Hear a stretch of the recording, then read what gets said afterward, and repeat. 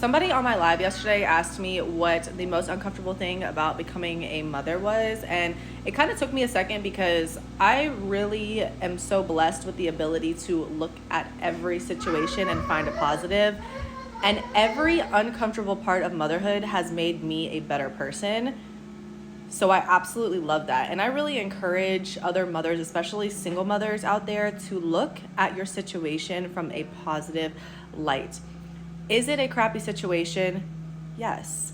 Nobody wants to be a single parent. We get robbed of so many of the beauties of parenthood, motherhood, raising a child because we don't have that support from a partner. We don't have that love from a partner and creating a two-parent household for our kids.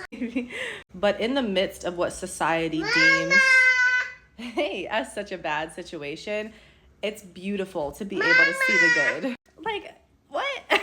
However, if I had to choose what the most uncomfortable thing is that you really need to dive into the reasons why you are the way that you are. What about your childhood made you the way that you are? And that's uncomfortable for a lot of people. That requires a lot of uncomfortable realizations, a lot of uncomfortable work that you have to put in on yourself to make sure that you are the best parent possible so that your child doesn't have to go through things that you went through. I have a lot of goals for myself as a mother and how I want to raise my son and the type of person that I want him to be in this world so that he doesn't make a lot of the same mistakes that I had or has to do a lot of the growing that I've had to do in my 20s. I'm 27. We're not going to be perfect. We're going to fall short in a lot of areas, especially as single parents because we're expected to be everything to our kids. But I think acknowledgement, recognition, and being open to digging back into the skeletons that we have in our closet to make sure that our kids don't have to go through that. So if you're not ready to do that, I would not recommend becoming a parent because the only person at the end who will suffer is your child.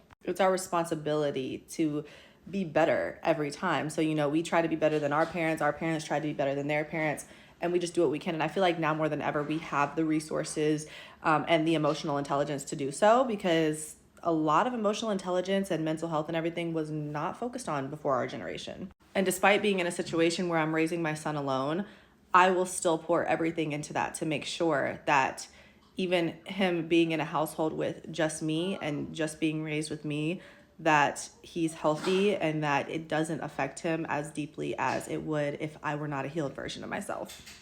Moral of the story, always pour into yourself.